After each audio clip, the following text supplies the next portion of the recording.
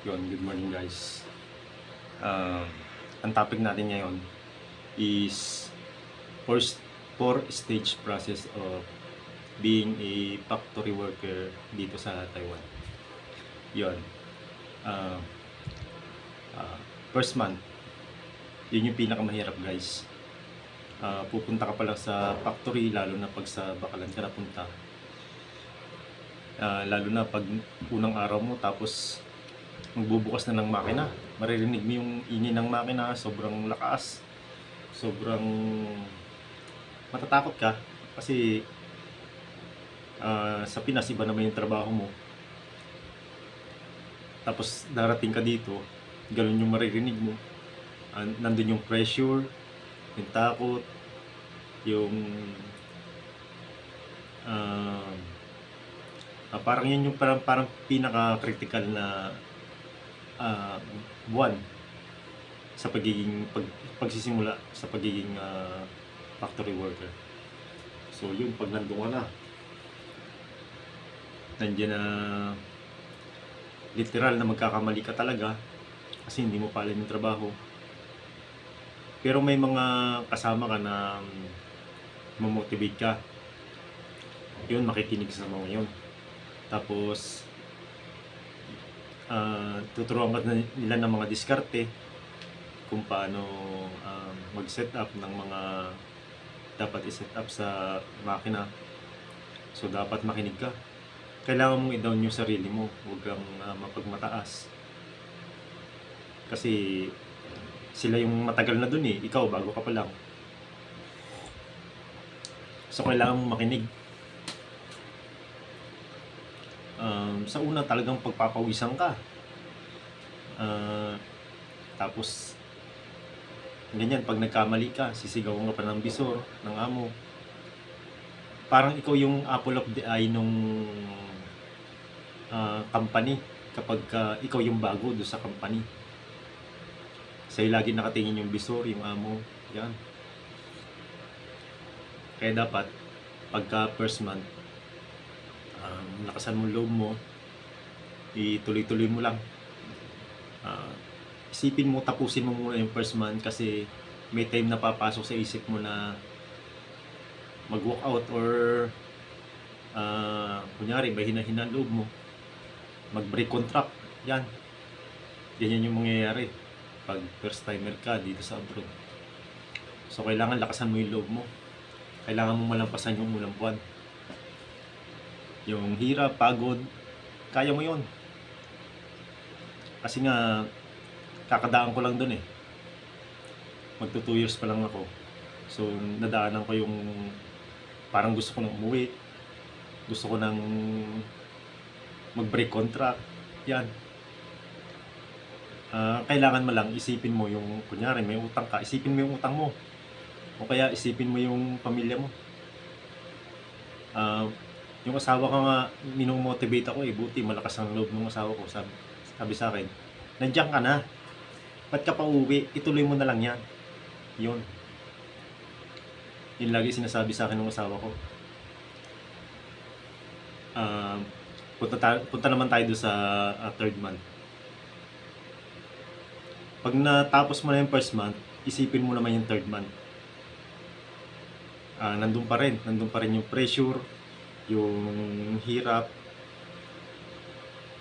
Pero dapat yung galingan mo, kasi minsan kapag hindi ka nakita ng amo na hindi ka pursige dito sa trabaho, patamad-tamad ka, baka yung parang pauwiin ka or ihanap ka ng ibang factory, bibigyan ka ng transfer letter. Kaya dapat yung sa una pa lang, galingan mo na, itodo mo na.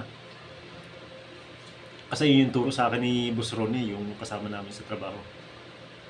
Dapat galingan nyo kasi ngayon lang naman yung time na, yun lang naman yung time na na dapat mong galingan sa unang buwan mo o pang-tatlong buwan, ganyan.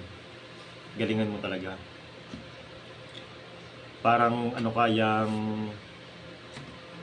ang tawag dito, first impression are lasting. Yun, gano'n. Kaya dapat pakita mo sa amo na magaling ka. Kahit hindi pa masyado. And then doon sa third month, yung experience ko, yung bisor namin, lagi kami sinasabihan na kasi dalawa kami na sabay na pumasok doon. Ni Bundel. Sinasabihan kami na pauwiin kami. Ang tawag sa amin, puhaw. So, yung puhaw kasi, yun, bad. Parang pangit yan, pangit. Pangit magtrabaho, gano'n. Pero huwag mo isipin yun. Isipin mo, tapusin mo yung 3 months, ganyan. Tapos, and then, pagka naka 3 months ka na, punta ka naman doon sa tapusin mo hanggang 6 months. Huwag ka magde-decide na mag-break contract agad. Kasi, nandun ka pa sa process ng programming. Pinaprogram mo yung sarili mo sa trabaho. Kasi yung utak mo, yung comfort zone mo, nasa Pinas ka pa. Kaya dapat, yun, malampasan mo yun. Puntahan mo yung pagpunta sa 6 months na ma-program sa iyo yung trabaho. Kasi pag nakaabot ka na ng 6 months, iba-iba na. Yung attitude mo tsaka yung pagtatrabaho mo, medyo napoprogram na dun sa factory. Ayan. Medyo may alam ka na konti niyan. Tapos, pag nalampasan mo yung 6 months, papunta ka, road to 1 year ka naman. Yun. Ayun. Doon sa 1 year, medyo umaayon na sa'yo yung sitwasyon. Yung pagpasok mo araw-araw, yung pagpasok mo, tapos pagtatrabaho mo, medyo okay na. Yung pag-assemble mo ng mga makina, medyo umaayon na sa'yo yung mga sukat, yung mga pangalang ng hinahanap mo, medyo kusa nang dumadating kasi napoprogram ka na talaga dun sa trabaho. Yun. Dun ka palang aani ng paghihirap mo dun sa mula nung first month, third month, and 6 months. Dun sa 1 year. Pag 1 year ka na, yan, medyo okay na. Pati yung loob ng amo, loob ng bisor, loob ng mga katrabaho mo, makakasundo mo na sila kasi lagi mo na silang nakakasama at lagi ka na din nilang nakakasama. Yun. Ngayon, magto 2 years na ako. So, ngayon ko lang na-realize na yung hirap mula nung first, third, 6 hanggang 1 year, ngayon ko lang na-realize na dapat tawanan mo na lang. Enjoyin mo na lang yung hirap.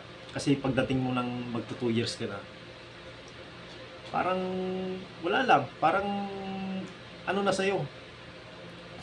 Mani-mani na lang sa'yo yung pagtatrabaho. Although mahirap pa din talaga yung trabaho, pero gumaling ka lang. Yun. Gumaling ka na sa trabaho, lumakas na yung katawan mo. Kasi buhat ka ng buhat ng bakal eh. So, yun. Dapat malampasan mo yun. At yun lang. Ingat guys and God bless.